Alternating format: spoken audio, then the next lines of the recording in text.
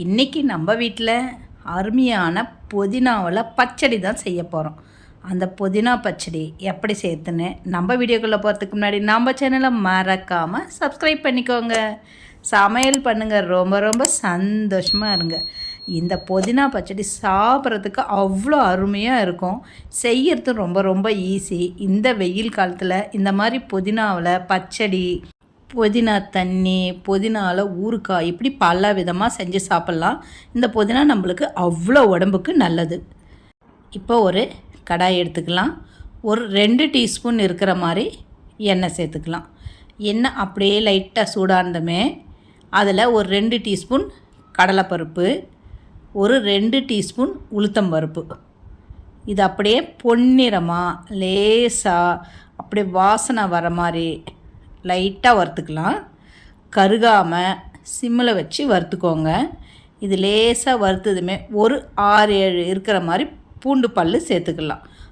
சின்ன நெல்லிக்காய் சைஸ் அளவு புளி சேர்த்துக்கலாம். அதையும் அந்த எண்ணெயிலே கொஞ்சம் லைட்டாக ஃப்ரை பண்ணிவிட்டு இதுக்கு தகுந்த மாதிரி காரம், நான் ஒரு 4 காஞ்ச மிளகாய் தான் சேர்த்துருக்கேன். நீங்கள் காரத்துக்கு தகுந்த மாதிரி சேர்த்துக்கோங்க. இப்போ வெயில் காலம் இல்லையா, காரம் கொஞ்சம் கம்மியாகவே கூட போட்டுக்கலாம். அதுக்கப்புறம் தேங்காய், 1/4 மூடி தேங்காவில் பாதி அளவு போதும். நீங்கள் புதினா எவ்வளோ எடுத்துருக்கீங்களோ அதுக்கு தகுந்த மாதிரி சேர்த்துக்கோங்க. இதையும் கொஞ்சம் நல்லா ஃப்ரை பண்ணிவிட்டு அதுக்கப்புறம் நான் ஒரு பெரிய கட்டு அளவு தான் புதினா வாங்கியிருக்கேன். அதை நல்லா க்ளீன் பண்ணிவிட்டு தண்ணியை ஊற்றி அலசிட்டு கொஞ்சம் ட்ரை ஆகிற வரைக்கும் வச்சு தண்ணி இல்லாமல் அந்த வாணலையே நம்ம சேர்த்துக்கலாம். இப்போ இதையெல்லாம் சேர்த்து கொஞ்சம் லைட்டாக வதக்கிக்கோங்க. ஒரு 2-3 நிமிஷம் இருந்தால் போதும். புதினா இலை நல்லாவே வதங்கிடும். இந்த புதினாவில் நிறைய மருத்துவ குணம் இருக்குது. சளி இரும்பலுக்கு கூட இது இந்த புதினா தண்ணியை சாப்பிட்டா அவ்வளோ உடம்புக்கு நல்லது. இப்போ நல்லாவே எவ்வளோ போட்டோம் பார்த்தீங்களா, அந்த கடாய் நிறைய போட்டோம். இந்த அளவுக்கு ஒரு 2-3 நிமிஷம் வதங்கும் போது இந்த அளவுக்கு வதங்கிடுச்சு, போதும். ஸ்டவ் ஆஃப் பண்ணிடலாம். ஸ்டவ் ஆஃப் பண்ணிவிட்டு இதை கொஞ்சம் நல்லா ஆற வச்சிடலாம். ஆற வச்சுட்டு தான் மிக்ஸி ஜாரில் சேர்க்கணும். இப்போ இது எல்லாத்தையுமே நம்ம மிக்ஸி ஜாரில் சேர்த்துக்கலாம். மிக்ஸி ஜாரில் சேர்த்து முதல்ல ஃபல்ஸ் மூடில் லைட்டாக அரைச்சிக்கலாம்.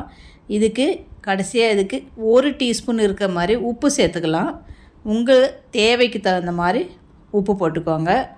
உப்பு போட்டு இப்போ நம்ம அரைச்சி எடுத்துக்கலாம்.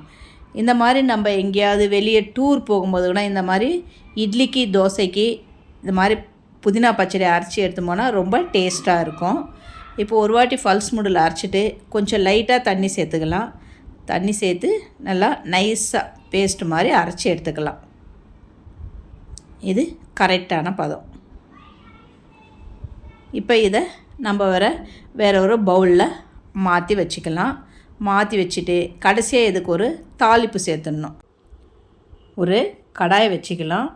கடாயை வச்சுட்டு ஒரு 2 டீஸ்பூன் எண்ணெய் இருக்கிற மாதிரி சேர்த்துக்கலாம்.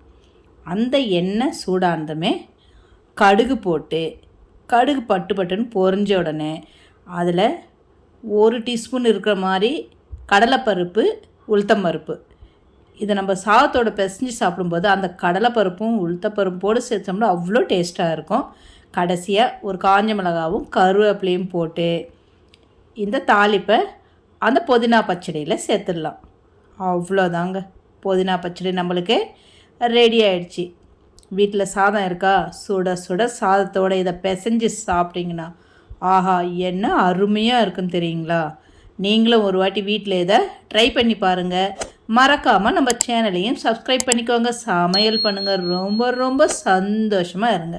கஷ்டப்படாமல் இஷ்டப்பட்டு சமைச்ச சாதாரண சமையல் கூட சரித்திரம் படைக்கும். கரெக்டாக? இந்த வீடியோ உங்களுக்கு பிடிச்சிருந்தா உங்கள் ஃபேமிலி அண்ட் ஃப்ரெண்ட்ஸுக்கு ஷேர் பண்ணுங்கள்.